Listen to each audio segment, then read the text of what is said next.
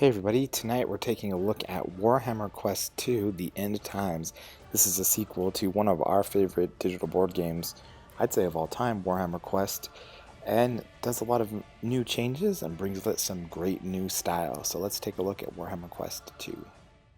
Warhammer Quest 2 adapts the classic tabletop experience of controlling your soldiers with different equipment and going through different dungeons. So you'll be attacking Agents of Chaos, Skaven, Beastmen, and other enemies like that, spiders and bats, as you use the different abilities and weapons of your characters, some ranged, some melee, to try and either clear out a dungeon room, defeat all the enemies, or whatever the case may be depending on the dungeon. It all is very tactical, and each move has a lot of thought to it and will have you really thinking through how you tackle each situation. There are a variety of goals in each mission. Oftentimes you're trying to enter a certain room by hitting certain X's as you can see here, or by defeating all enemies or a boss character in a certain room. On top of that, at the end of each level, your characters will earn XP, and sometimes enough for them to level up, as well as you'll unlock items from each level, which can be used to upgrade your characters or give them new abilities. Throughout the world, you'll find different towns, which include buildings that you can interact with. One is a building where you can train your characters. So once they've hit a level up stage, you can actually buy the level for them. So there's a little bit of a process there. And you'll also be able to buy new weapons or even items that will give them new abilities to use in battle. And all of these allow you to really customize your character. I think, to my mind, more than the last game, to really kind of push and build a strategy that you like, that you think is effective.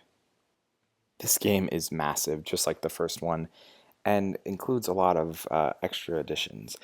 You have new dungeon types, as well as definitely a variety of new characters, and really the story has a lot of new interesting elements to it. And I've already put in perhaps, I don't know, 5 hours or so in preparing for this first look, and I feel like I've only scratched the surface, and that's doing some side stuff, some story stuff. It seems like there's a lot of options for me to choose from, but it really just feels like I've just barely started into Warhammer Quest 2. The game features a series of in-app purchases, but I really think they're kind of optional. There's new character types you can acquire. There are also new regions where you'll face the Skaven that you can acquire as well. And so it definitely adds a lot if you're interested in purchasing those add-ons, but the base game also already has a ton of variety.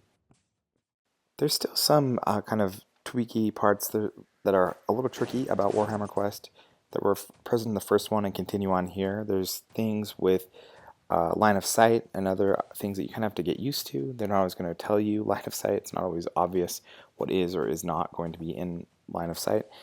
But I do think there's definitely some streamlining here. It's really clear to see what your character can do, and you can issue commands while another command is going on, so you can really up the speed of the game.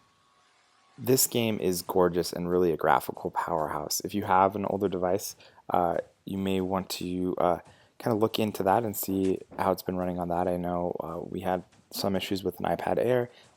This video was made on an iPhone 7 Plus, and it seems great for that, but I definitely would caution to just really think about your device before diving into this game, because it really is going to be demanding.